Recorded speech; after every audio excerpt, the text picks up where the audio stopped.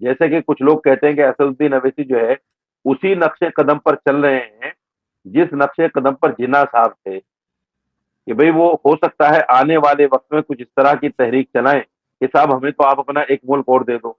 तो मुसलमान बेचारा परेशान है कि वो असदुद्दीन अवैसी के साथ जाए या जैसे वो दूसरी पार्टियों के साथ पछलग्गू बनकर रह रहा है वो उसी तरह से रहता रहे। आजादी के बाद में मुस्लिम लीग एक पार्टी हुआ करती थी जो पाकिस्तान में भी यहाँ भी थी। उस पार्टी को इतना डिसलाइक किया मुसलमानों ने कि वो आखिर में आकर केरल में एक सीट पर सिमट कर रह गई, क्योंकि उसका नाम मुस्लिम लीग था। हमारे यहाँ नेहरू जी ने और जिन्ना जी ने मिलकर मुस्लिम कौम को दिया है, वो इतना बड़ा दुख है कि रहती दुनिया तक कयामत तक इसको मुसलमान नहीं। आपके यहाँ तो आजकल बड़ा हल्ला गुल्ला होगा, बड़ी रौनक लगी होगी इलेक्शन की। तो मुझे थोड़ा सा इलेक्शंस का बताइए कि जो हिंदुस्तानी मुसलमान है, तो मुस्लिम्स में से कोई जी। बड़ा लीडर क्यों हमें नजर नहीं आता जो पहले हुआ करते थे। अब काफी टाइम से हमने कोई खास मुस्लिम लीडर नहीं देखा। आपके यहाँ की सियासत में एक अवैसी साहब है, लेकिन अवैसी साहब के पास भी जो है 254 की पार्लियामेंट में से सिर्फ 2 सीट्स हैं। तो आप लोग कोई ढंग का लीडर ऐसा क्यों नहीं लाते जो मुसलमानों की बात करे। देखिए, ये बदकिस्मती है मुसलमानों की, और ये सिर्फ हिंदुस्तान की बात नहीं है, ये सब जगह है। मुसलमान अपना लीडर किसी को तस्लीम करता ही नहीं। वक्ती तौर पर वो वोट भी देता है, वक्ती तौर पर वो इलेक्शन में हिस्सा भी लेता है, वक्ती तौर पर वो सारी चीजें करता भी है, लेकिन वो अपना लीडर नहीं तस्लीम करता। जिन्ना साहब ने जो भी किया है पार्टीशन को लेकर, वो दुख आज तक तमाम मुसलमानों के जहनो दिमाग में है, और हर मुसलमान उसकी सजा भुगत भी रहा है।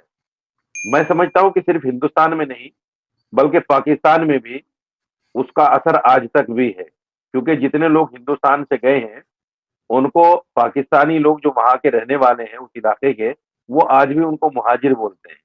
तो ये जो इतना बड़ा दुख हमारे यहाँ नेहरू जी ने और जिन्ना जी ने मिलकर मुस्लिम कौम को दिया है, वो इतना बड़ा दुख है कि रहती दुनिया तक कयामत तक इसको मुसलमान नहीं बोल सकता, और ये टीस हमेशा जागती रहती है। आज भी जब भी कोई ऐसी बात आती है तो मुसलमान परेशान हो जाता है इस बात को लेकर कि खुदा ना खास्ता, खुदा ना खास्ता, खुदा ना खास्ता कोई ऐसा वक्त फिर आया तो हम तो ना इधर के रहेंगे ना उधर के रहेंगे, क्योंकि हमने हिंदुस्तान को चुना है।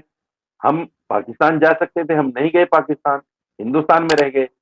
फिर अगर कोई ऐसा मौका आता है, कोई ऐसा लीडर खड़ा हो जाता है, जैसे कि कुछ लोग कहते हैं कि असदुद्दीन अवैसी जो है उसी नक्शे कदम पर चल रहे हैं जिस नक्शे कदम पर जिन्ना साहब थे, कि भाई वो हो सकता है आने वाले वक्त में कुछ इस तरह की तहरीक चलाएं कि साहब हमें तो आप अपना एक मुल्क और दे दो।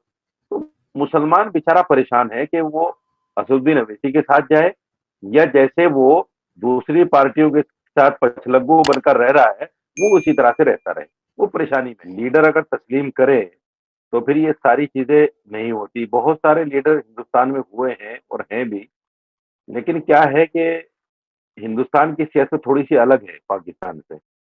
हिंदुस्तान की सियासत ये है कि हमने हमेशा आजादी से लेकर अब तक हिंदू को ही अपना लीडर तस्लीम किया है, चाहे वो किसी भी पार्टी का रहा हो, कांग्रेस से लेकर, समाजवादी से लेकर, बसपा से लेकर, और जितनी भी पार्टियां हैं उनमें तमाम के तमाम हिंदू लीडर हैं, हमने उनको तस्लीम किया है। हमने कभी अपनी पार्टी न बनाने की सोची है, न अपना कायद कोई खड़ा करने की। अब जो भी मुसलमान लीडर किसी पार्टी के झंडे और डंडे के नीचे इलेक्शन लड़ता है तो वो उसी का होके रह जाता है, वो कौम की बात तो करता ही नहीं, क्योंकि पार्टी की अपनी एक लाइन होती है, उस लाइन से आगे वो क्रॉस ही नहीं कर सकता। दूसरे ये है कि वो जो बड़े लीडरान हैं उन पार्टियों के, उनके रहमो करम पर जीता है। जीतने के बाद भी चाहे वो मिनिस्टर बन जाए, एमपी एमएलए बन जाए, लेकिन वो रहमो करम पे होता है बड़े नेताओं के। वो अपनी लाइन अलग से कोई अपनी कौम के लिए, अपने मजहब के लिए, अपनी बिरादरी के लिए नहीं कर सकता। अगर वो ये चाहे कि भाई ये फला इलाका मुस्लिम बहुल इलाका है, लाइए मैं इसमें कुछ ज्यादा काम कर लूं या दूसरी जगह मैं कुछ कम कर लूं, तो वो नहीं कर सकता अपनी मर्जी से। पार्टी उसको फौरन रोक देती है। अपनी मर्जी से वो कुछ बोल भी नहीं सकता पार्टी लाइन के अलावा अपनी कौम के लिए।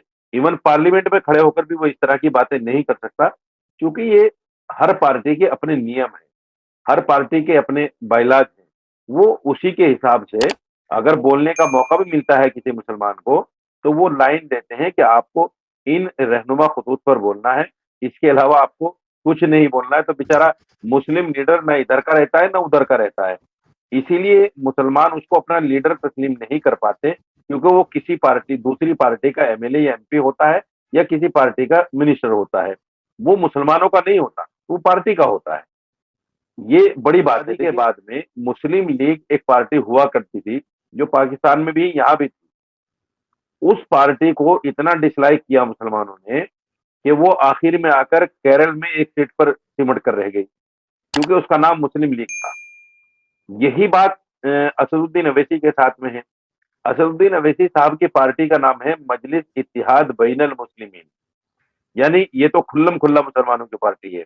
मुस्लिम लीग तो ये भी कह सकते हैं कि चलो भाई नाम मुस्लिम लीग है, लेकिन सब कुछ हो सकता है। ये तो इत्तिहाद बैनल मुस्लिमीन पर है, तो इसमें तो सोचा भी नहीं जा सकता कि भाई ये मुसलमानों के अलावा की पार्टी है।